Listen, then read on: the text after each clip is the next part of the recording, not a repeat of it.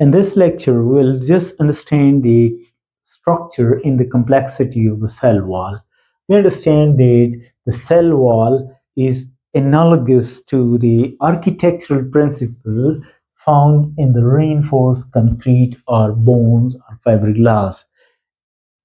It contains the two principal components, and one is the cellulosic microfibril framework, and the second is the amorphous matrix. The cellulosic framework is embedded in the jelly-like hydrated amorphous matrix, and the two are very important component, giving rigidity, strength to the cell wall, and giving mechanical support to the plant cell. Usually, the cellulosic framework is resistant to tension, and the amorphous matrix is resistant to the compression. So, the two are responsible for the rigidity cell wall around a plant cell. And that's why they provide mechanical strength and support to an individual plant cell and to the whole plant organism. Now, we understand that these components, cellulosic framework and the non-cellulosic matrix, are actually arranged in the form of a definite layers, and the one layer is deposited upon another, and so all the layers are placed one upon another, where the microfibrillar network are usually arranged in the crisscross fashion. I mean, the microfibrils of one layer are running parallel to one another, but they are forming a constant certain angle with the microfibrils of another layer. Usually, the microfibril of inner layers are transversely arranged, and those of the outer layers are longitudinally are designed. And the fibers in the matrix molecule in the cell wall, the chemicals of the fiber and the cellulosic chemical of the fiber and the non-cellulosic molecule in the matrix, they are cross-linked by different kind of bonding, including covalent bonding, non-covalent bonding such as hydrogen bonding, and sometimes a weak ionic interaction exists between the material or the molecules of the cell wall. Now, if we see, we have uh, we have the microfibrils, the cellulosic microfibril, which are running parallel to one another and forming a network, as there is another layer of cellulose at certain angle deposited on the top of it. So we have these microfibrils. The microfibril of cellulose are surface linked by the hemicellulose or xyloglucan molecule. Usually, the xyloglucan molecule are surface tethered and giving extra mechanical strength to the microfibrils, and they are arranged. They're covalently, or they're usually constituting hydrogen bonding, or sometimes covalently linked cellulosic part, where and usually the nature of this hemicellulose molecule are different from plant to plant. For example, in dicot is xyloglucan, and the monocot is xylan, and the gymnosperm it's a glucosamine molecule. Usually, these molecules are arranged to the cellulose found in the paracrystalline part of the cellulose, and it's connected not only with the cellulose, it's also connected with the pectin compounds and certain other molecule present in the cell wall of plants.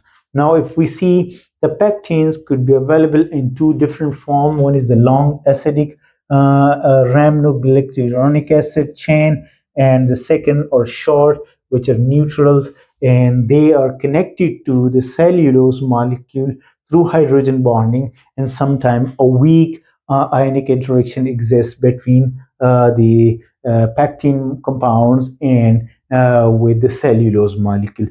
Sometimes the arabinogalactan proteins are linking the pectin compound with the cellulose and hemicellulose in the primary cell wall. We know that the glycoproteins are interwoven and connected with the different molecules present in the cell wall, present in the matrix of this cell wall. Now, the lignin, in addition to the matrix compound like hemicellulose, pectin, glycoprotein, and certain other molecule like minerals, like other protein compounds. So sometime additionally to these chemical, there are lignin compounds which are covalently linked through ester linkages or through hydrogen bonding with the cellulose molecule, and they are abundantly found in the secondary cell wall, in the secondary cell wall. Try to understand the ultrastructure of a cell wall. So we can see that the two cells are separated from one another by the intercellular space, which are normally filled with the matrix, intercellular matrix, and that intercellular matrix act like a cementing substance, cementing material, and usually it is rich in a pectin, lignin, and certain other molecules such as protein, and some soluble chemical are found in the middle lamella. Actually, the middle lamella is a layer which are cementing the two cells together. It's lying in between the primary cell wall of a two cell. For example, we have this middle lamella as a intercellular matrix, acting as an intercellular matrix, separating the primary cell wall of this cell from the primary cell wall of this cell. And so we have a primary cell wall on this side of a cell, and this is a primary cell wall of another cell. Now, these are connected together by this cementing material in the middle lamella. Now, we understand there's sometime treating this the material of a middle lamella with weak acid solution, so this layer can be dissolved easily and the cells are set free from one another. But normally it happens that all the cells in the tissues are connected, are cemented together through this middle lamella layer. From inside of this middle lamella, there is a primary cell wall. It's a first form wall, which is quite thin and permeable, and it's the only layer which can be found in certain cells, like in the younger meristematic cells, and most of the parenchymatous, well differentiated parenchymatous cells have only the primary cell wall and don't have additional layer of cell wall. However, the epidermis of the epidermal cells of the leaves and stems have additional chemicals as a matrix chemical. The ground matrix of the epidermal cells contain a cutin, which is deposited in the epidermal cell of a stem and leaves. That's why the cells are becoming impermeable. There is a secondary cell wall which is deposited from the inside of the primary cell wall. So they're usually deposited layer by layer, and usually we have a three different layer: the outer, the middle, and the innermost layer, which are designated by S1, S2, and S3 layer. And we know that the secondary cell wall is usually found in the lignified dead cells, particularly the cells which are involved in the transportation of fluid, transportation of water and mineral, like the tracheids in vessels, and the sclera have the thick layer of a secondary cell wall. Secondary cell wall is comparatively thick, permeable. It contains the interfibrillar material in the form of a lignin, which is covalently linked cellulose microfibril on its surface.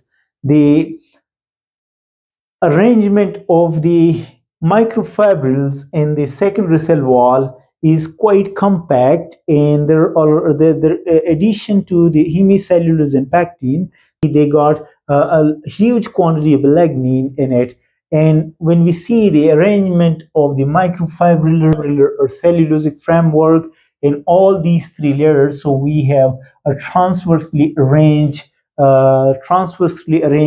microfibril which constitute 10 to 20-degree angle to the long axis of the microfibrils present in the S2 layer, and 50-degree angle to the microfibrils present in the S1 layer. So they are arranged in different manners. And if we start, sometime in certain cell, additionally to this cell wall, to secondary cell wall, a thin layer of tertiary cell wall is added towards inside of the secondary cell wall. Usually it is made of a xylene, and just inside of it there is a plasma membrane. And usually it has been seen, or it has been noticed, that in certain cells, in certain tissue of plants, the secondary cell wall are not deposited uniformly towards inside of a primary cell wall, and there is at certain point there is left, or cavity or channel is left. And usually these pets can be the pet regions have no material of a secondary cell wall. That's why it is continually, the pairs are formed in the form of pairs. For example, this is a one cell wall, this is a second cell wall, so they are oppositely they are formed in the form of pairs. For example, this is one pet and there is another pet. Now the material of a secondary cell wall is completely missing and the sample pairs, but in the border pairs the inner layers are deposited and forming neck, leaving a narrow opening towards this towards the inside. And then there are the middle lamella, the material middle lamella and primary cell, material middle lamella and the primary cell wall. They are constituting a central pit membrane, and usually the pit membrane becomes swollen with a greater amount of deposition of material. They're forming a torus which is regulating the movement of substances along the pits. Usually the pits area have a cytoplasmic strands running from one cell to another cell. So usually these cytoplasmic channels which allow the communication or transportation of material from one cell to another cell are usually called plasmodesma. The singular is plasmodesma and the plural plasmodesmata. Usually there are two different forms of desmata. One is a primary and second is a secondary. Primary are usually formed at the time when the cytokinesis takes place, so they start to develop, and these plasmodesmal tubes containing the material of cytoskeleton, and as well as we have certain other material of proteins and lipids compound could be found in these cytoplasmic strands. Usually, this is a cavity, or the cavity or channel running from one cell to another cell, usually bounded on the outside by the membrane. But at the point where these channels are established, there is no materials of this middle lamella and second primary cell wall. There is only a cavity connecting the smooth endoplasmic reticulum of one cell with a smooth endoplasmic reticulum of another cell. And usually the tubes connecting the two smooth endoplasmic reticulum, the tube which is connecting the two smooth endoplasmic reticulum are becoming narrower in the middle of this plasmodesma, and it is called desmotubule. The desmotubule is usually provided with the deposition of a globular protein in its center, forming a central rod. Now the cavity around the desmotubule is usually called as annulus. Now the annulus can become wider in the middle and constricted towards the neck, and the neck is usually filled with special polymers of beta 1,3-glucan sometime, and that is involved in the formation of callose. And the plasmodesma is usually a small channels of 20 to 40 nanometer in diameter, and they're very common in the secreting cells. And usually the number of the plasmodesmata are usually 15 per micrometer squared area, but in the ordinary cells there is a single plasmodesmal tube of one cell can pass through another cell. Even a bigger compounds, a bigger structure, and bigger molecule, the proteins and things can pass through it. And sometimes, the viruses can be transmitted from one cell to another cell, especially the tobacco mosaic virus. Molecule of a smaller than 800 Dalton can easily move through these channels. And the movement of substances, particularly the water dissolved with the dissolved minerals in it, usually transported sometime from one cell to another cell to plasmodesmal tube. And this way of transportation is called symplastic transportation. If we take a cross section of the plasmodesmal tube, so we can see that there is a membrane in the middle of this cavity. There is running central. There is running a desmotubule. There is, if we take a cross section of the plasmodesmata, so we have a big cavity of cytoplasmic tubules lined by a membrane on the outside, leaving a central cavity. Sometimes this central cavity is divided by a radial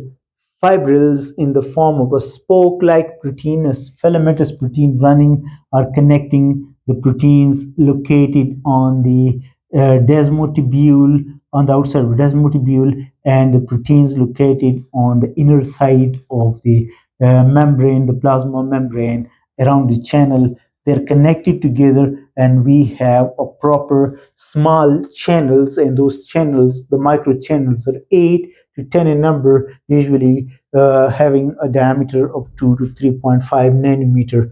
This is meant for controlling the trafficking of material along the plasmodesmatal channel, along the plasmodesmata.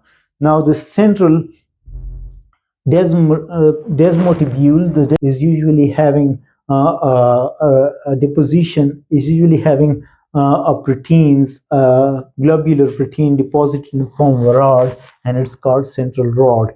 Now, if we see, there are other globular proteins of a 3 nanometer size attached on the inner face of the plasmodesmal membrane, and on the outside of the membrane of desmotubules, and sometimes they are connected by these spoke-like proteins or radial fibrils in the separating the central cavity into a microchannel. It is a very important cytoplasmic strand moving from one cell to another cell.